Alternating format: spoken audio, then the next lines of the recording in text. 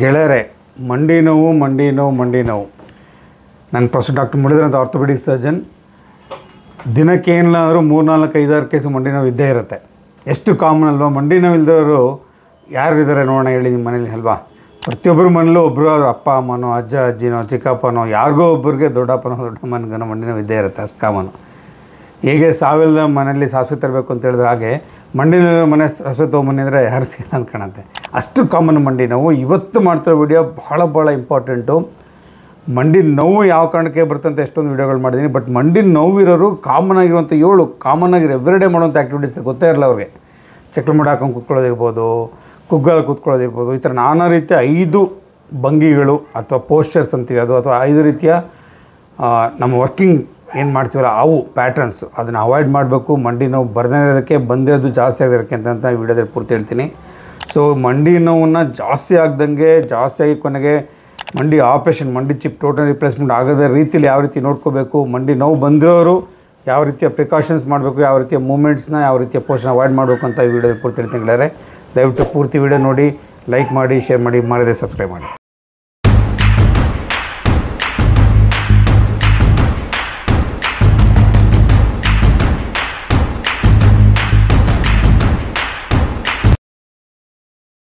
Number 1 posture ಯಾವುದು ಹೇಳಿ?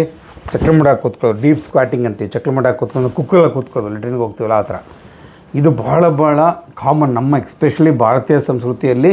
ನಾವೆಲ್ಲ ನೆಲ ಮೇಲೆ ಕೂತ್ಕೊಂಡು ಮಾಡುವಂಥ ಕೆಲಸಗಳಲ್ವ. ಬೆಳಗ್ಗೆ ಎದ್ದ ತಕ್ಷಣ ಟಾಯ್ಲೆಟ್ಗೆ ಹೋಗ್ತೀವಿ, ಇನ್ನೊಂದು ಟೈಪ್ ಟಾಯ್ಲೆಟ್ ಕುಗ್ಗ ಕೂತ್ಕೋಬೇಕು ಅಲ್ವಾ? ಅದಾದಮೇಲೆ ಕೆಲವು ಯೋಗಾಸನ ಪ್ರಾಣಾಯಾಮ ಎಲ್ಲ ಮಾಡ್ತೀವಿ, ಪದ್ಮಾಸನ ಕೂತ್ಕೊಳ್ತೀವಿ, ವಜ್ರಾಸನ ಕೂತ್ಕೊಳ್ತೀವಿ. ನಾನು ಪ್ರಾಣಾಯಾಮ ಎಲ್ಲ ಯೋಗಾಸನ ಮಾಡ್ತೀನಿ, ನಾನು ವಜ್ರಾಸನ ಪದ್ಮಾಸನ ಕೂತ್ಕೊಳ್ತೀನಿ. ಯಾರಿಗೆ ಮಂಡಿ ನೋವಿದೆ, ಶುರುವಾಗಿದೆ, ಅಥವಾ ಆಲ್ರೆಡಿ ಅದಕ್ಕೆ ಟ್ರೀಟ್ಮೆಂಟ್ ತೊಗೊಳ್ತಾ ಇದ್ದಾರೆ ಅಂಥವರೆಲ್ಲ ಈ ಪೋಸ್ಟನ್ನ ಅವಾಯ್ಡ್ ಮಾಡೋದು ಒಳ್ಳೆಯದು. ಗೆಳೆಯ ಸಿಂಪಲ್ ನೋಡಿ, ಚಿಕ್ಕ ವಯಸ್ಸಲ್ಲಿ ನೀವು ಎಷ್ಟು ಸೌತಾದ್ರೆ ಅಷ್ಟು ಬೆಳವಣಿಗೆ ಆಗ್ತಾ ಇರುತ್ತೆ. ಇನ್ಫ್ಯಾಕ್ಟು ಎಷ್ಟು ಅದಕ್ಕಿಂತ ಜಾಸ್ತಿ ಬೆಳವಣಿಗೆ ಇದೆ, ಯಾಕೆಂದರೆ ಚಿಕ್ಕ ವಯಸ್ಸು, ಗ್ರೋಯಿಂಗ್ ಕೆಪಾಸಿಟಿ ಇರುತ್ತಲ್ವಾ. ಸೊ ವಯಸ್ಸಾದ ಮೇಲೆ ಎಷ್ಟು ಸವಿತ್ರ ಅಷ್ಟು ಬೆಳವಣಿಗೆ ಆಗೋಲ್ಲ. ಸೊ ಹಾಗೆ ವಯಸ್ಸಾದ ನಂತರ ಮಂಡಿ ನೋವು ಶುರುವಾಗಿದೆ ಅಂತಂದರೆ ಈ ರೀತಿಯ ಪೋಸ್ಟರ್ಸ್ನ ಅವಾಯ್ಡ್ ಮಾಡೋದು ಭಾಳ ಇಂಪಾರ್ಟೆಂಟು. ನಂತರ ನೀವು ಪೂಜೆ ಕೂತ್ಕೋತೀರಾ, ಪೂಜೆಲೂ ಚಕ್ರಮಠ ಕೂತ್ಕೋತೀರಾ, ಊಟ ತಿಂಡಿ ನೆಲ ಮೇಲೆ ಕೂತ್ಕೊಂಡು ಮಾಡ್ತಾರೆ ಅಲ್ವಾ? ಸೊ ಈ ಥರ ಚಕ್ರಮಟ್ಟ ಹಾಕಿ ಕೂತ್ಕೊಳ್ಳುವಂಥದ್ದು, ಕುಕ್ಕರಲ್ಲಿ ಕೂತ್ಕೊಳ್ಳುವಂಥದ್ದು, ಈ ಪದ್ಮಾಸನ, ವಜ್ರಾಸನ ಎಲ್ಲ ಆದಷ್ಟು ಮಂಡಿ ನೋವಿರೋ ಅವಾಯ್ಡ್ ಮಾಡಬೇಕು. ಯಾಕೆ ಸರ್ ಅವಾಯ್ಡ್ ಮಾಡ್ಕೊಂಡ್ರೆ ಎಕ್ಸ್ಟ್ರೀಮ್ ಪೊಸಿಷನ್. ಈಗ ವಜ್ರಾಸನ ಕೂತ್ಕೋತೀರಾ, ಎಕ್ಸ್ಟ್ರೀಮ್ ಪೊಸಿಷನಲ್ಲಿ ಮಂಡಿ ಮೇಲೆ ಸ್ಟ್ರೆಸ್ಸು ಸ್ಟ್ರೈನ್ ಜಾಸ್ತಿ ಆಗುತ್ತೆ. ಸೊ ಸ್ಟ್ರೆಸ್ಸು ಸ್ಟ್ರೈನ್ ಜಾಸ್ತಿ, ಆಲ್ರೆಡಿ ಮಂಡಿ ನೋವಿದೆ, ನಿಮ್ಗೆ ತೊಂದರೆ ಕೊಡ್ತಾ ಇರುತ್ತೆ. ಸೊ ಸ್ಟ್ರೆಸ್ಸು ಸ್ಟ್ರೈನ್ ಜಾಸ್ತಿ, ವೇರ್ ಆ್ಯಂಡ್ ಟೇರ್ ಜಾಸ್ತಿ ಆಯ್ತಂದ್ರೆ ಏನಾಗುತ್ತೆ, ಪೇಯ್ನು, ಇನ್ಫ್ಲಮೇಷನು, ಸ್ವೆಲ್ಲಿಂಗ್ ಜಾಸ್ತಿ ಆಗುತ್ತೆ, ಊತ ಬಂದುಬಿಡುತ್ತೆ, ಇನ್ಫ್ಲಮೇಷನ್ ಜಾಸ್ತಿ ಆಗುತ್ತೆ, ಸೌತ ಜಾಸ್ತಿ ಆಗುತ್ತೆ. ಸೊ ಹಾಗಾಗಿ ಯಾರಿಗೆ ಆಲ್ರೆಡಿ ಮಂಡಿ ನೋವು ಶುರುವಾಗಿದೆ, ಈ ಒಂದು ಚಕ್ರಮಠ ಕೂತ್ಕೊಳ್ಳೋದು, ಕುಗ್ಗ ಕೂತ್ಕೊಳ್ಳೋದನ್ನ ಖಂಡಿತ ಅವಾಯ್ಡ್ ಮಾಡಿ ಗೆಳೆಯರೆ. Number 2 sudden twisting and turning moments ಅಂತ ಹೇಳ್ತೀವಿ ನೋಡಿ. ಎಂಗೇಜಲ್ಲಿ ನಾವು ಏನು ಬೇಕಾದ್ರೂ ಮಾಡ್ಬೋದು ಅಲ್ವಾ? ಕಬಡ್ಡಿ ಆಟ ಆಡ್ತೀವಿ, ಫುಟ್ಬಾಲ್ ಆಡ್ತೀವಿ, ಸಡನ್ ಟ್ವಿಸ್ಟ್ ಆಗುತ್ತೆ, ಖೋಖೋ ಆಡ್ತೀವಿ, ಮಂಡಿಗೆ ಸಿಕ್ಕೋ ಸ್ಟ್ರೈನ್ ಇರುತ್ತೆ ಅಲ್ವಾ? ಸೊ ಲಿಗಮೆಂಟ್ಸ್ಗೆಲ್ಲ ಆ ಎಂಗೇಜಲ್ಲಿ ಕೆಪಾಸಿಟಿ ಇರುತ್ತೆ. ಬಟ್ ವಯಸ್ಸಾದಮೇಲೆ ಮಂಡಿ ನೋವು ಶುರುವಾಗಿದೆ, ನಮ್ಗೆ ಆಲ್ರೆಡಿ 50 ವರ್ಷನೋ 60 ವರ್ಷನೋ 70 ವರ್ಷನೋ ಆಗಿದೆ, ಆಗ ಸಡನ್ನಾಗಿ ಟ್ವಿಸ್ಟಿಂಗ್ ಮೂಮೆಂಟ್ಸ್ನ ಅವಾಯ್ಡ್ ಮಾಡಬೇಕು. ಈಗ ನೀವು ಆ ಏಜಲ್ಲಿ ಫುಟ್ಬಾಲ್ ಆಡ್ತೀನಿ ಅಥವಾ ರನ್ನಿಂಗ್ ಮಾಡ್ತೀನಿ ಆ ಥರದ್ದೆಲ್ಲ ಮಾಡೋಕ್ಕೆ ಹೋದರೆ ಏನಾಗುತ್ತೆ, ಮಂಡಿಗೆ ತಡೆಯುವಂಥ ಕೆಪಾಸಿಟಿ ಇರಲ್ಲ ಅಲ್ವಾ? ನಿಮ್ಮ ವಯಸ್ಸಿಗೆ ತಕ್ಕಂಥ ವ್ಯಾಯಾಮಗಳನ್ನ ಮಾಡಬೇಕು. ಕೂತ್ಕೊಂಡು ಸಡನ್ನಾಗಿ ಇದ್ಬಿಡ್ತಾರೆ, ಟ್ವಿಸ್ಟ್ ಆಗಿಬಿಡುತ್ತೆ ಮಂಡಿ. ಈ ಟ್ವಿಸ್ಟಿಂಗ್ ಇಂಜುರಿ ಈ ಥರ ತೈ ಮೂಳೆ ಫೀಮರ್ ಅಂತ ಹೇಳ್ತೀವಿ, ಕಾಲ್ದು ಟಿಬಿ ಅಂತ ಹೇಳ್ತೇವೆ. ಎರಡರ ಮಧ್ಯೆ ಏನಿರ್ತಾರೆ, ಟ್ವಿಸ್ಟಿಂಗ್ ಇಂಜುರಿ ಆದಾಗಲೇ ಮೆನಿಸ್ಕಲ್ ಟೇರ್ ಅಂತ ಆಗುತ್ತೆ. ಕೇಳಬೇಕು, ಮಿಡಲ್ ಮೆನಿಸ್ಕಲ್ ಟೇರ್ ಅಂತೀವಿ, ಲ್ಯಾಟ್ರಲ್ ಮೆನಿಸ್ಕಲ್ ಟೇರ್ ಅಂತೀವಿ. ಸೊ ಮೆನಿಸ್ಕಲ್ ಟೇರ್ ಆಗೋ ಚಾನ್ಸಸ್ ಜಾಸ್ತಿ ಇರುತ್ತೆ. ತೀರಾ ಸಡನ್ನಾಗಿ ಟ್ವಿಸ್ಟ್ ಆಗೋಯ್ತು ಅಂತ ಹೇಳಿದ್ರೆ ಆ ಥರ ಕೆಲಸ ACL ಅಂತೀವಿ, ಆ್ಯಂಟರ್ ಕ್ರುಷಿಯಲ್ ಲಿಗಮೆಂಟ್ ಅಂತೀವಿ, PCL ಅಂತೀವಿ, ಪೋಸ್ಟರ್ ಕ್ರುಷಿಯಲ್ ಲಿಗಮೆಂಟ್ ಅಂತೀವಿ. ಅವೆಲ್ಲ ಏಟಾಗೋ ಚಾನ್ಸ್ ಇರುತ್ತೆ, ಇಂಜುರಿ ಆಗೋ ಚಾನ್ಸ್ ಇರುತ್ತೆ. ಪಾರ್ಷಲ್ ಟೇರ್ ಆಗ್ಬೋದು, ಕಂಪ್ಲೀಟ್ ಟೇರ್ ಆಗ್ಬೋದು, ಆ ಥರ ಚಾನ್ಸ್ ಇರುತ್ತೆ ಗೆಳೆಯರೆ.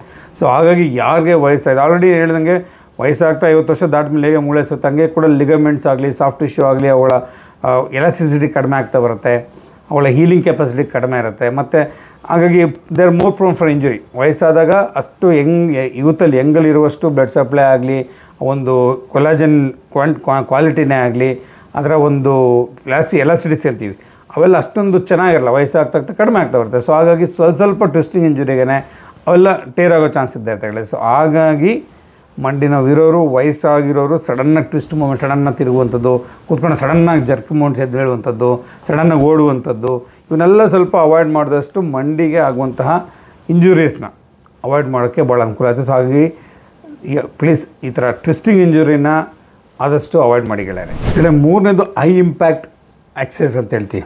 ನೋಡಿ ಮಂಡಿ ಇದೆಲ್ಲ ಲೋಡ್ ಬೇರಿಂಗ್ ಜಾಯಿಂಟ್ ಅದು ಅಲ್ವಾ, ಲೋಡ್ ಬೇರಿಂಗ್ ಜಾಯಿಂಟ್. ಯಾವಾಗ ಹೈ ಇಂಪ್ಯಾಕ್ಟ್ ಎಕ್ಸಸೈಸ್ ಇರುತ್ತಲ್ಲ, ಲೈಕ್ ಜಂಪ್ ಮಾಡುವಂಥದ್ದು, ಸ್ಕಿಪ್ಪಿಂಗ್ ಮಾಡುವಂಥದ್ದು, ಅಥವಾ ಹಾರ್ಡ್ ಸರ್ಫೇಸ್ ಮೇಲೆ, ಟಾರ್ ರೋಡ್ ಮೇಲೆ ಅಥವಾ ಕಾಂಕ್ರೀಟ್ ನೆಲದ ಮೇಲೆ ಓಡುವಂಥದ್ದು, ಜಾಗ್ ಮಾಡುವಂಥದ್ದು, ಹೈ ಇಂಪ್ಯಾಕ್ಟ್ ಇಂಜುರೀಸ್ ಅಂತೀವಿ. ಸೊ ಈ ರೀತಿಯ ಹೈ ಇಂಪ್ಯಾಕ್ಟ್ ಇರುವಂತಹ ಎಕ್ಸಸೈಸ್ಗಳನ್ನು, ಹೈ ಇಂಪ್ಯಾಕ್ಟ್ ಇರುವಂತಹ ಯಾವುದು ನಮ್ಮ ವ್ಯಾಯಾಮಗಳಾಗಲಿ ಅದನ್ನು ಅವಾಯ್ಡ್ ಮಾಡೋದು ಭಾಳ ಒಳ್ಳೆಯದು. ಲೋ ಇಂಪ್ಯಾಕ್ಟ್ ಮಾಡ್ಬೋದು. ಹೈ ಇಂಪ್ಯಾಕ್ಟಲ್ಲಿ ಏನಾಗುತ್ತೆ ಅಂತ ಹೇಳಿದ್ರೆ, ನಾನು ಹೇಳ್ದಂಗೆ ಹಾರ್ಡ್ ಸರ್ಫೇಸ್ ಮೇಲೆ ನೀವು ಕಾಂಕ್ರೀಟ್ ಮೇಲೆ ಓಡುವಂಥದ್ದು, ಇಲ್ಲ ಅಂತಂದರೆ ನಿಮ್ಮ ಟಾರ್ ರೋಡ್ ಮೇಲೆ ಜಾಗಿಂಗ್ ಮಾಡ್ತಾರೆ ಕೆಲವರು. ಸೊ ಇದೆಲ್ಲ ಏನಾಗುತ್ತೆ, ಮಂಡಿಗೆ ಜಾಸ್ತಿ ಲೋಡ್ ಬೀಳುತ್ತೆ, ಸ್ಟ್ರೆಸ್ ಸ್ಟ್ರೈನ್ ಜಾಸ್ತಿ ಅಂತ ಹೇಳಿದ್ದಾರೆ. ಸೊ ಆ್ಯಕ್ಚುಲಿ ಅಮೇರಿಕಾದಲ್ಲಿ ರಿಪ್ಲೇಸ್ಮೆಂಟ್ ಸರ್ಜನ್ಸ್ ಅಂತ ಏನು ಹೇಳ್ತೀವಲ್ಲ, ಟೋಟಲ್ ನೀ and total hip replacement surgeries ತುಂಬ ಜಾಸ್ತಿ. ಯಾಕೆಂದರೆ ಥ್ರೈವ್ ಆನ್ ದ ಜಾಗರ್ಸ್ ನೀ ಆ್ಯಂಡ್ ಹಿಪ್ ಜಾಯಿಂಟ್ ಅಂತ ಹೇಳ್ತೀವಿ. ಅಂದರೆ ಯಾರು ಜಾಗಿಂಗ್ ಮಾಡ್ತಾರಲ್ಲ ಅವ್ರ ಮಂಡಿ ಕೀಲುಗಳು ಸೌದ್ಬಿಟ್ಟು ಸೌತೋದನ್ನು ಅವ್ರಿಗೆ ಆಪ್ರೇಷನ್ ಮಾಡಿ ದೇ ಥ್ರೈವ್ ಆನ್ ದಟ್ ಅಂತ ಹೇಳ್ತಾರೆ. ಸೊ ಹಾಗಾಗಿ ಹಾರ್ಡ್ ಸರ್ಫೇಸ್ ಮೇಲೆ ಜಾಗಿಂಗ್ ಮಾಡುವಂಥದ್ದಾಗಲಿ, ಸ್ಕಿಪ್ಪಿಂಗ್ ಮಾಡುವಂಥದ್ದಾಗಲಿ, ಹೈ ಇಂಪ್ಯಾಕ್ಟ್ ರನ್ನಿಂಗ್ ಮಾಡುವಂಥದ್ದಾಗಲಿ ಆದಷ್ಟು ಅವಾಯ್ಡ್ ಮಾಡಿ. ಆಲ್ಟರ್ನೇಟಿವ್ ಏನು ಮಾಡೋದು, ಲೋ ಇಂಪ್ಯಾಕ್ಟ್ ಇಂಜುರೀಸ್, ನೀವು ಸ್ವಿಮ್ಮಿಂಗ್ ಮಾಡ್ಬೋದು. ಮತ್ತು ಮಂಡಿ ನೋವಿಗೆ ಅಂತಲೇ ಕೆಲವು ಎಕ್ಸಸೈಸ್ ಇದೆ, ನಾನ್ ವೇಟ್ ಬೇರಿಂಗ್ ಎಕ್ಸಸೈಸ್ ಅಥವಾ ನಾನ್ ಲೋಡ್ ಬೇರಿಂಗ್ ಎಕ್ಸಸೈಸ್ ಅಂತ ಹೇಳ್ತೀವಿ. ಲೈಕ್ ನಿಮ್ಮದು ಕೂತ್ಕೊಂಡು ಕ್ವಾಡ್ರಿಸೆಪ್ಸ್ ಎಕ್ಸಸೈಸ್ ಅಂತ ಹೇಳ್ತೀವಿ. ನಾನು ಅದನ್ನೇ ಒಂದು ವೀಡಿಯೋ ಮಾಡಿದ್ದೆ, ದಯವಿಟ್ಟು ಆ ವೀಡಿಯೋ ತಾವು ನೋಡಿ. ಕ್ವಾಡ್ರಿಸೆಪ್ಸ್ ಎಕ್ಸಸೈಸ್ ಅಂತ ಕೂತ್ಕೊಂಡು ಮಲ್ಕೊಂಡು ಮಾಡುವಂಥ ಎಕ್ಸಸೈಸ್ ಇದೆ, ಸ್ವಿಮ್ಮಿಂಗ್ ಇದೆ ಅಲ್ವಾ. ಸೊ ಈ ರೀತಿಯ ಲೋ ಇಂಪ್ಯಾಕ್ಟ್ ಇಂಜುರೀಸು ಮಾಡುವಂಥದ್ದು ಏನಾಗುತ್ತೆ, ನಿಮಗೆ ಜಾಸ್ತಿ ಮಂಡಿ ಲೋಡ್ ಬೀಳಲ್ಲ, ಸ್ಟ್ರೈನ್ ಆಗೋಲ್ಲ. ಸಾಫ್ಟ್ ಸರ್ಫೇಸ್ ಮೇಲೆ ವಾಕ್ ಮಾಡ್ಬೋದು, ಮರಳ ಮೇಲೆ ವಾಕ್ ಮಾಡ್ಬೋದು, ಇಲ್ಲ ಅಂತಂದರೆ ಕುಷನ್ ಇರೋಂಥ ಸರ್ಫೇಸ್ ಮೇಲೆ ವಾಕ್ ಮಾಡ್ಬೋದು, ಇಲ್ಲಾಂದರೆ ಹುಲ್ಲುಗಾವಲಲ್ಲಿ ವಾಕ್ ಮಾಡ್ಬೋದು. ಅಥವಾ ನಿಮ್ಮ ಮನೆ ಟಾರ್ ರೋಡಲ್ಲಿ ಬೇಡ, ಪಕ್ಕದ ನೆಲದ ಮೇಲೆ ಓಡಾಡ್ಬೋದು ಅಲ್ವಾ, ವಾಕಿಂಗ್ ಮಾಡ್ಬೋದು. ಸೊ ಈ ರೀತಿ ಹಾರ್ಡ್ ಸರ್ಫೇಸ್ನ ಅವಾಯ್ಡ್ ಮಾಡಿ ವಾಕಿಂಗ್ ಮಾಡೋದ್ರಿಂದ ಮಂಡಿ ಮೇಲೆ ಆಗುವಂಥ stress strain, high impact injuries avoid ಆಗುತ್ತೆ. ಮಂಡಿ ನೋವು ಫರ್ದರ್ ಪ್ರೋಗ್ರೆಸ್ ಆಗೋದು ಕೂಡ ಅವಾಯ್ಡ್ ಆಯ್ತುಗಳೇ. ನಂಬರ್ 4ನೇದು ಕ್ಲೈಂಬಿಂಗ್ ಸ್ಟೇಜ್ ಅಂತೀವಿ, ಮೆಟ್ಲೆತ್ತದು ಇಳಿಯೋದು ಒಂದು. ಆಮೇಲೆ ಲೋ ಸರ್ಫೇಸಲ್ಲಿ ಕೂತ್ಕೊಳ್ಳುವಂಥದ್ದು, ಲೋ ಲೆವೆಲಲ್ಲಿ ಕೂತ್ಕೊಳ್ಳುವಂಥದ್ದು, ಇವೆರಡು ಮಂಡಿಗೆ ಸ್ಟ್ರೈನ್ ಜಾಸ್ತಿ ಆಗುತ್ತೆ. ಇಲ್ಲ ನೋಡಿ, ಈಗ ಎಲ್ಲ ಕಡೆ ಅಲ್ವಾ, ಎಲ್ಲ ಕಡೆ first floor, second floor, third floor apartments. ನೀವು ಮದುವೆ ಹೋದ್ರೂ ಚೌಲ್ಟ್ರಿ ಕಡೆ ಸ್ಟೆಪ್ಸ್ ಇರುತ್ತೆ, ಅಪಾರ್ಟ್ಮೆಂಟ್ಸು ಸ್ಟೆಪ್ಸ್ ಇದ್ದೇ ಇರುತ್ತೆ. ಸೊ ಹಾಗೆ ಸ್ಟೆಪ್ಸು ಈಗ ಕಾಮನ್ ಆಗಿಬಿಟ್ಟಿದೆ. ಯಾಕೆ ಮಂಡಿ ನೋವಿಗೆ ಸ್ಟೆಪ್ಸ್ ಹತ್ತ ಮೆಟ್ಲತ್ತೋವಾಗ ಏನಾಗುತ್ತೆ, ಮಂಡಿ ಮೇಲೆ ಜಾಸ್ತಿ ಬೆಂಡಿಂಗ್ ಆಕ್ಟಿವಿಟೀಸ್ ಜಾಸ್ತಿ ಆಗುತ್ತೆ, ಮಂಡಿ ಮೇಲೆ ಲೋಡ್ ಜಾಸ್ತಿ ಬೀಳುತ್ತೆ. ನೀವು ಒಂದು ಕಾಲು ವೆಯ್ಟ್ ಹಾಕಿ ಎತ್ತುವಾಗ ಏನಾಗುತ್ತೆ, ಲೋಡು ಆ ಮಂಡಿ ಮೇಲೆ ಇಡೀ ಬಾಡಿ ಲೋಡ್ ಜಾಸ್ತಿ ಬಿದ್ದುಬಿಟ್ಟಿರುತ್ತೆ. ಸೊ ಹಾಗೇನಾಗುತ್ತೆ, ಮಂಡಿಗೆ ಸ್ಟ್ರೈನ್ ಜಾಸ್ತಿ ಆಗುತ್ತೆ, ಸ್ಟ್ರೆಸ್ ಜಾಸ್ತಿ ಆಗಿ ಮಂಡಿ ಸೆಳೆತ ಆಗೋ ಚಾನ್ಸಸ್ ಜಾಸ್ತಿ ಇರುತ್ತೆ.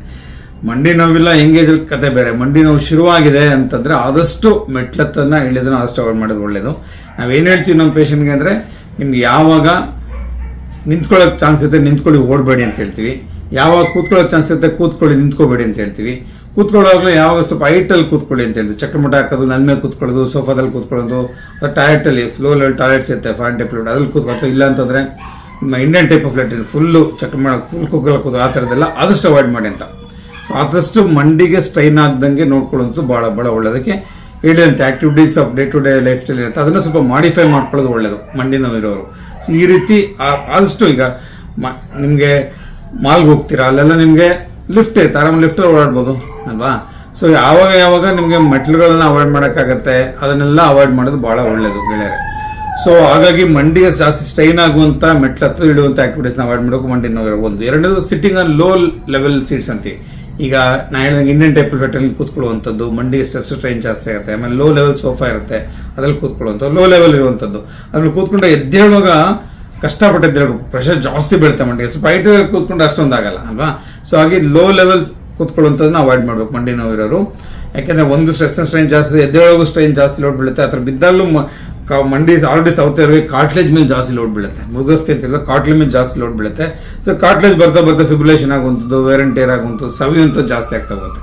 ಸೊ ಹಾಗೆ ಮಂಡಿ ನೋವಿರೋರು ಈ ರೀತಿಯ ಆಸನಗಳನ್ನ, ಈ ರೀತಿಯ ಪೊಸಿಷನ್ಸ್ಗಳನ್ನ, ಈ ರೀತಿಯ ಆಕ್ಟಿವಿಟೀಸ್ನ ಅವಾಯ್ಡ್ ಮಾಡೋದು ಬಹಳ ಒಳ್ಳೆಯದು. ಅಂದ್ರೆ ಮಂಡಿ ಇವ್ರಿಗೆ ಕೂತ್ಕೊಳ್ತಾರೆ ಕೆಲವರೆಲ್ಲ. ಏನು ಮನೆ ಕೆಲಸ ಮಾಡುವಾಗ, ಕಸ ನೀವು ಮನೆ ನೆಲ ಸಾರಿಸುವಾಗ, ಒರೆಸುವಾಗ, ಅಥವಾ ಕೆಲವು ಪ್ರೇಯರ್ ಮಾಡೋರು ಮಂಡಿ ಊರಿಗೆ ಕೂತ್ಕೊಳ್ತಾರೆ ಕೆಲವು ಇದರಲ್ಲಿ.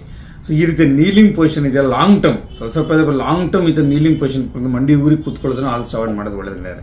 ಮಂಡಿ ನೋವು ಎಕ್ಸ್ಪ್ರೆಷನ್ ಆಗುತ್ತೆ, ವಯಸ್ಸಾಗಿರುತ್ತೆ, ಮಂಡಿ ನೋವು ಇರ್ತಾರೆ, ಏನ್ ಮಾಡ್ತಾರೆ, ನಿಮ್ದೆಲ್ಲ ಒರೆಸ್ಬೇಕು ಅಂದ್ರೆ ಅಫ್ಕೋರ್ಸ್ ಕೂತ್ಕೊಂಡೇ ಒರೆಸ್ತಾರೆ ಅಲ್ವಾ. ಮಂಡಿ ಊರ್ಬಿಟ್ಟು ಒರೆಸ್ತಾ ಇರ್ತಾರೆ, ಫುಲ್ ಮಂಡಿ ಮರ್ಚ್ಕೊಂಡಿರ್ತಾರೆ ಅಲ್ವಾ. ನಮ್ಮ ಹಳ್ಳಿಯಲ್ಲಿ ಕೆಲವು ಪೇಷಂಟ್ ಬರ್ತಾರೆ, ಪಾಪ ಹೊಲ ಗದ್ದೆ ಎಲ್ಲ ಕಳೆ ಕೀಳ್ಬೇಕು ಅಥವಾ ನಾಟಿ ಮಾಡಬೇಕು, ಅವಾಗ ಏನು ಮಾಡ್ತಾರೆ, ನೆಲದ ಮೇಲೆ ಕೂತ್ಕೊಂಡು ಹಿಂಗೆ ತೆವಳ್ತಿರ್ತಾರೆ ಅಲ್ವಾ. ಸೊ ಮಂಡಿ ಊರ್ಕೊಂಡೆ ಕೆಲಸ ಮಾಡ್ತಿರ್ತಾರೆ, ಮಂಡಿ ಬಗ್ಸ್ಬಿಟ್ಟು ಹಿಂಗೆ ತೆಳ್ಕೊಂಡು ಹೋಗ್ತಿರ್ತಾರೆ ಗುಗ್ಗ ಕೂತ್ಕೊಂಡು. ಸೊ ಈ ರೀತಿ ಆಕ್ಟಿವಿಟೀಸ್ ಮಾಡಿದಾಗಲೂ ಮಂಡಿ ನೋವಿಗೆ ತೊಂದರೆ ಆಗುತ್ತೆ, ಪೇಯ್ನು ಸ್ವೆಲ್ಲಿಂಗ್ ಜಾಸ್ತಿ ಆಗುತ್ತೆ, ಮಂಡಿ ಮೇಲೆ ಸ್ಟ್ರೆಸ್ ಜಾಸ್ತಿ ಆಗುತ್ತೆ, ನನಗೆ ಮಂಡಿ ಸವತ ಕೂಡ ಜಾಸ್ತಿ ತೆಗೆದಾರೆ. ಸೊ ನೀವು ಆ ಥರ ಮಂಡಿ ಊರ್ಕೊಂಡು ಮಾಡೋ ಪ್ರೇಯರ್ ಗೀರ್ ಮಾಡ್ಬೇಕಂದ್ರೆ ಸಪೋಸ್ ಮಂಡಿ ಕಡೆನ ಸಾಫ್ಟ್ವೇರ್ ಕುಷನ್ ಗಿಷನ್ ಇಟ್ಕೋಬಹುದು, ಮಂಡಿ ಲೋಡ್ ಜಾಸ್ತಿ ಆವಾಗೆಲ್ಲ ಅವಾಯ್ಡ್ ಆಗುತ್ತೆ. ಸೊ ಈ ರೀತಿ ಸ್ವಲ್ಪ ಮಾಡಿಫಿಕೇಶನ್ಸ್ ಮಾಡ್ಕೋಬೇಕು. ನೋಡಿ ನಾನು ಹೇಳ್ತಿರ್ತೀನಿ, ಕೆಲವು ಎಷ್ಟೋ ಜನ ವಯಸ್ಸಾದ ಪೇಷಂಟ್ ಬರ್ತಾರೆ, 70 ವರ್ಷ 80 ವರ್ಷ 90 ವರ್ಷ ಆಗುತ್ತೆ, ಡಾಕ್ಟ್ರೇ ನನಗೆ ದೇವ್ರಿಗೆ ಮಂಡಿ ಊರಿ ಒಂದು ನಮಸ್ಕಾರ ಮಾಡಬೇಕು ಅಂದ್ರೂ ಆಗಲ್ಲ ಡಾಕ್ಟ್ರೆ ಅಂತ ಹೇಳ್ತೀನಿ. ನಾನು ಹೇಳ್ತೀನಿ, ನೋಡಮ್ಮ ಇಷ್ಟು ದಿವಸ ಅಷ್ಟು ವರ್ಷ ಮಾಡಿದಿರಲ್ವಾ, ಮನಸ್ಪೂರ್ವಕವಾಗಿ ಮನಸ್ಸಿಗೆ ದೇವರಲ್ಲೇ ಒಂದು ನಮಸ್ಕಾರ ಮಾಡ್ಕೊಂಡ್ರೆ ಸಾಕು, ನೀವು ಮಂಡಿ ಊರೇ ನಮಸ್ಕಾರ ಮಾಡಬೇಕು ಅಂತೇನಿಲ್ಲ. ಗುರು ಯಾವ ಫಂಕ್ಷನ್ಗೆ ಹೋಗಿರ್ತಾರೆ, ವಯಸ್ಸಾದಿರುತ್ತೆ, ಅವ್ರ ಮೇಲೆ ಪಾದ ಮುಟ್ಟು ನಮಸ್ಕಾರ ಮಾಡ್ಕೋಬೇಕು ಅಂತ ಹೇಳ್ತಾರೆ, ಅಥವಾ ದೇವಸ್ಥಾನಕ್ಕೆ ಹೋದಾಗ ಗುರುಹಿಯರು ಬಂದಿರ್ತಾರೋ, ಸ್ವಾಮಿಗಳು ಬಂದಿರ್ತಾರೆ, ಪೂಜೆರು ಬಂದಿರ್ತಾರೆ, ಅವ್ರಿಗೆಲ್ಲ ಮಂಡಿಯವ್ರು ನಮಸ್ಕಾರ ಮಾಡಬೇಕು ಅಂತ ಆಗುತ್ತೆ, ಆಗೋದೇ ಇಲ್ಲ. ಹಿಂಗೆ ಬಗ್ ಮಾಡ್ತೀನಿ, ಕೆಲವು ಅಹಂಕಾರ ಅನ್ಕೊಂಡ್ಬಿಡ್ತಾರೆ ಅಂತೆಲ್ಲ ಹೇಳ್ತಾರೆ.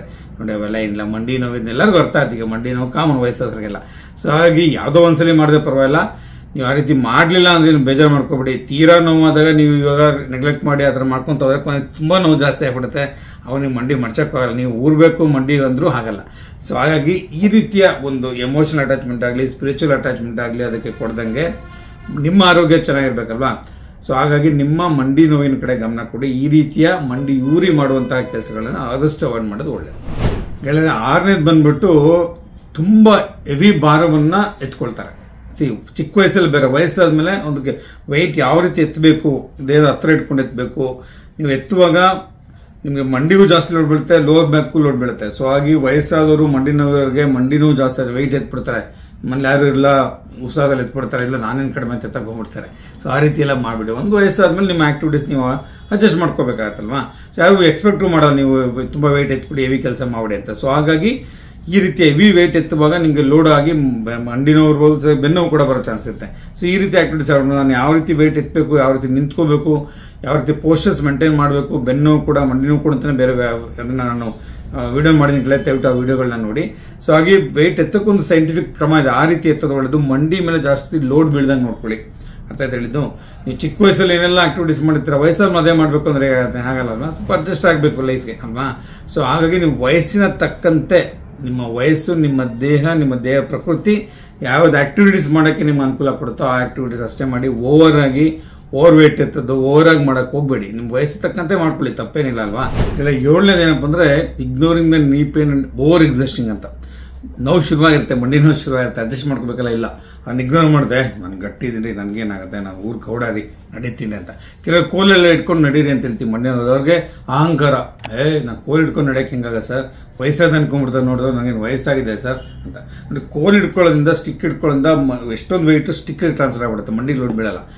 ಏನು ತಪ್ಪಿಲ್ಲ, ವಯಸ್ಸಾದಾಗ ಕೋಲ್ ಇಟ್ಕೋಬೇಕಂದ್ರೆ. ವಯಸ್ಸಾದಾಗ ಚಶ್ಮಾ ಬರ್ತಾ ಹಾಕೊಳ್ತೀವಿ, ಬಿಳಿ ಕೂದಲು ಬರುತ್ತೆ, ಅದಕ್ಕೆ ಬೇಜಾರಾಗಿ ಮಾಡ್ಕೊಳ್ಳೋಂಥ ಅವಶ್ಯಕತೆ ಇಲ್ಲ ಅಲ್ವಾ. ಯಾರಿಗೋ ನಮಗೆ ನಮ್ಮ ಅಹಂಕಾರಕ್ಕೆ ಯಾರೋ ಏನೋ ಅನ್ಕೊಂಡ್ಬಿಡ್ತಾರೆ ಅನ್ನೋ ಕಾರಣಕ್ಕೆ ನಾವು ಮಂಡಿಗೆ ನೋವಾಗ್ತಿದ್ರು ಕೂಡ ಓವರ್ ಆಗಿ ಕೆಲಸ ಮಾಡುವಂಥದ್ದು, ಓವರ್ ಎಕ್ಸರ್ಟ್ ಮಾಡೋದು ಅವಾಯ್ಡ್ ಮಾಡಬೇಕು. ಸೊ ಕೆಲವರು ವಾಕಿಂಗ್ ಮಾಡುವಾಗ ನೋವಾಗ್ತಾ ಇರುತ್ತೆ, ಪಕ್ಕದ ಮನೆಯವರು ನನಗಿಂತ ವಯಸ್ಸಾದ್ರು ಅವ್ರು ನೋಡಿತಾರೆ, ನಾನೇ ನಡಿಬಾರ್ದು ಅಂತ ಅವ್ರ ಮೇಲೆ ಕಾಂಪಿಟೇಷನ್ ನಡೆಯಕ್ಕೆ ಹೋಗ್ತಾರೆ, ನೋವಾಗ್ತಾ ಇರ್ತಾರೆ. ನೋವಾದಾಗ ರೆಸ್ಟ್ ತಗೋಬೇಕು, ಲಾಂಗ್ ಸ್ಟ್ಯಾಂಡಿಂಗ್ ಅವಾಯ್ಡ್ ಮಾಡಿ, ಲಾಂಗ್ ವಾಕಿಂಗ್ ಅವಾಯ್ಡ್ ಮಾಡಿ, ಎಕ್ಸ್ಟ್ರೀಮ್ ಪೊಸಿಷನ್ಸ್ ಚಕ್ರಮಟ್ಟ ಹಾಕೋದು ಅವಾಯ್ಡ್ ಮಾಡಿ. ಯಾವ ಆಕ್ಟಿವಿಟೀಸ್ ಮಾಡುವಾಗ ಮೆಟ್ಲತ್ವ ಯಾವುದೇ ಇರ್ಬೋದು, ಅಥವಾ ಏನೋ ಕೆಲವು ಓವರ್ ಆಗಿ ಸ್ಪೋರ್ಟ್ಸ್ ಮಾಡಕ್ಕೆ ಹೋಗ್ತಾರೆ, ಆ ವಯಸ್ಸಲ್ಲಿ ಸ್ಕಿಪ್ಪಿಂಗ್ ಮಾಡಕ್ಕೆ ಹೋಗ್ತಾರೆ, ಏನೋ ಸಕಸ್ ಮಾಡ್ತಿರ್ತಾರೆ. ಸೊ ಯಾವ ಆಕ್ಟಿವಿಟೀಸ್ ಮಾಡಿದ್ರೆ ನಿಮ್ಗೆ ನೋವು ಆಗ್ತದೆ ಅಂದ್ರೆ ಅದನ್ನ ಅವಾಯ್ಡ್ ಮಾಡಿ. ಮಂಡಿ ನಿಮ್ಗೆ ಇಂಡೈರೆಕ್ಟ್ ಆಗಿ ಒಂದು ಸಿಗ್ನಲ್ ಕೊಡೋದು, ಏನಪ್ಪ ಅಂದ್ರೆ ನಿಮಗೆ ಓವರ್ಲೋಡ್ ಆಗ್ತಾ ಇದೆ, ನನಗೆ ಆ ಕೆಲಸ ಮಾಡೋಕ್ಕಾಗ್ತಿಲ್ಲ, ನನಗೆ ರೆಸ್ಟ್ ಕೊಡಿ ಅಂತ ಒಂದು ಬಾಡಿ ನಿಮಗೆ ಸಿಗ್ನಲ್ ಕೊಡ್ತಾ ಇದೆ. ಆ ಸಿಗ್ನಲ್ ನೀವು ರೆಸ್ಪೆಕ್ಟ್ ಮಾಡಬೇಕು. ರೆಸ್ಪೆಕ್ಟ್ ಮಾಡಿದ್ರೆ ಓವರ್ ಎಕ್ಸರ್ಷನ್ ಮಾಡಿದ್ರೆ ಮಂಡಿ ಸೌತ ಜಾಸ್ತಿ ಆಗ್ತಾ ಹೋಗುತ್ತೆ ಅಲ್ವಾ, ಜಾಸ್ತಿ ಆಗ್ತಾ ಹೋಗುತ್ತೆ. ಸೊ ಹಾಗಾಗಿ ಮಂಡಿ ನೋವು ಶುರುವಾಗಿದೆ ಅಂತಂದ್ರೆ ಯಾವುದೇ ಆಕ್ಟಿವಿಟೀಸ್ ನಿಮಗೆ ನೋವು ಕೊಡದೆ ಖಂಡಿತ ಅವಾಯ್ಡ್ ಮಾಡಿ, ಮಾಡಕ್ ಹೋಗ್ಬೇಡಿ. ಅವಾಗೇನಂತೆ ಬಾಡಿ ಪ್ರೊಟೆಕ್ಟಿವ್ ಫೆನಾಮಿನಾ, ಪೇಯ್ನ್ ಬರುವಂಥದ್ದು ಪ್ರೊಟೆಕ್ಟಿವ್ ಫೆನಾಮಿನಾ. ನೋಡಿ ನಾನು ಒಬ್ಬರು ಪೇಷಂಟ್ ಡಯಾಬಿಟಿಕ್ ನ್ಯೂರೋಪತಿ ಅಂತ, ನರ್ವ್ಸ್ ಡ್ಯಾಮೇಜ್ ಆಗಿ ಬಿದ್ದು ಫ್ರಾಕ್ಚರ್ ಆಗಿದೆ, ಅವ್ರು ನೋವೇ ಆಗಿದೆ, ಊತ ಇದೆ, ಸ್ವೆಲ್ಲಿಂಗ್ ಇದೆ, ಏನು ನೋವಿಲ್ಲ ಡಾಕ್ಟ್ರೆ ಅಂತ ಹಂಗೆ ಕುಣ್ಕೊಂಡು ಬಂದಾರೆ. ಎಕ್ಸೈಸ್ ನೋಡಿ ಫ್ರಾಕ್ಚರ್ ಆಗಿದೆ. ನೋಡಿ ಅವರು ಮುಂಚೆನೆ ತೋರಿಸ್ಕೊಂಡಿದ್ರೆ ಆ ಥರ ಫ್ರಾಕ್ಚರ್ ಅವಾಯ್ಡ್ ಮಾಡ್ಬೋದಿತ್ತು, ಊತ ಸಿಕ್ಕಾಡೆ ಇತ್ತು, ಕಾಂಪ್ಲಿಕೇಶನ್ಸ್ ಎಲ್ಲ ಆಯ್ತು ಅವ್ರಿಗೆ. ಸೊ ಹಾಗಾಗಿ ನೋವು ಸ್ವಲ್ಪದಲ್ಲಿದ್ದ ಬಾಡಿ ಪ್ರೊಟೆಕ್ಟಿವ್ ಫೆನಾಮಿನಾ, ನಿಮ್ಗೆ ಏನೋ ಆಗಿದೆ ಅಂತ ಅದಕ್ಕೆ ಇಮಿಡಿಯೇಟ್ ಆಗಿ ನೀವು ರೆಸ್ಪಾಂಡ್ ಮಾಡಬೇಕು. ಅದಕ್ಕೆ ನೋವಾಗುವಂಥ ಆಕ್ಟಿವಿಟೀಸ್ನ ಅವಾಯ್ಡ್ ಮಾಡಬೇಕು. ಎಸ್ಪೆಷಲಿ ಮಂಡಿ ನೋವಿರೋರು ಓವರ್ ಎಕ್ಸರ್ಸೈಸ್ ಮಾಡಕ್ಕೆ ಹೋಗ್ಬೇಡಿ. ಅವ್ರಿವ್ರು ಕಂಪೇರ್ ಮಾಡಿಕೊಂಡು ನಿಮ್ಮ ಆರೋಗ್ಯನ, ನಿಮ್ಮ ಮಂಡಿನ ನೀವು ಹಾಳು ಮಾಡ್ಕೋಬೇಡಿ ಗೆಳೆಯರೆ. ನೋಡಿ ಮಂಡಿ ನೋವು 7 ಯಾವ ವ್ಯಾಯಾಮಗಳನ್ನೇ ಆಗಲಿ ಅಥವಾ ಯಾವ ಭಂಗಿಗಳನ್ನು ಪೋಸ್ಟರ್ ಮಾಡಬಾರ್ದು ಅಂತ ನಾನು ಹೇಳಿದ್ದೀನಿ.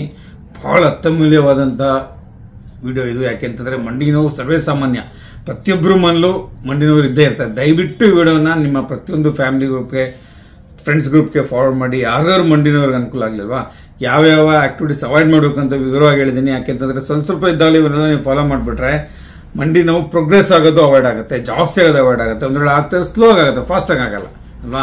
ತೀರಾ ಜಾಸ್ತಿ ಆಗಿ ಈ ತರ ವೈರಸ್ ಡಿಫೆಂಡ್ ಆ ಥರ ಎಲ್ಲ ಆಗಿ ಮಂಡಿ ಚಿಪ್ ಆಪರೇಷನ್ ಟೋಟಲ್ ರಿಪ್ಲೇಸ್ಮೆಂಟ್ ಲಕ್ಷಾಂತರ ರೂಪಾಯಿ ಖರ್ಚು ಮಾಡ್ಬೇಕಾಗತ್ತೆ. ಸೊ ಅಲ್ಲಿ ತನಕ ಹಾಕ್ಬಿಡ್ತೀರಾ.